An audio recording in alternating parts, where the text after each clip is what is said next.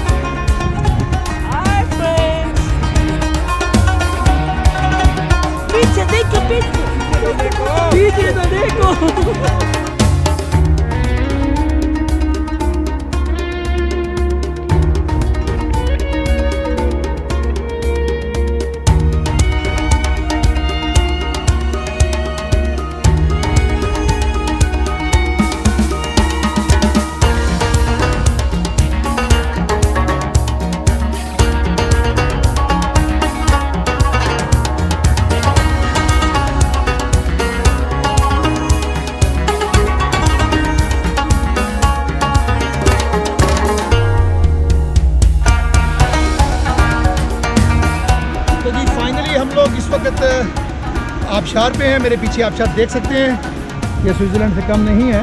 मेरी टीम के साथ मेरे बेहतरीन दोस्त मिर्ज़ा सलमान साहब हैं जो कि DOP भी हैं। ये मिर्ज़ा सलमान साहब तशरीफ़ लाए हैं। माशाल्लाह हमारे बहुत पुराने दोस्त हैं।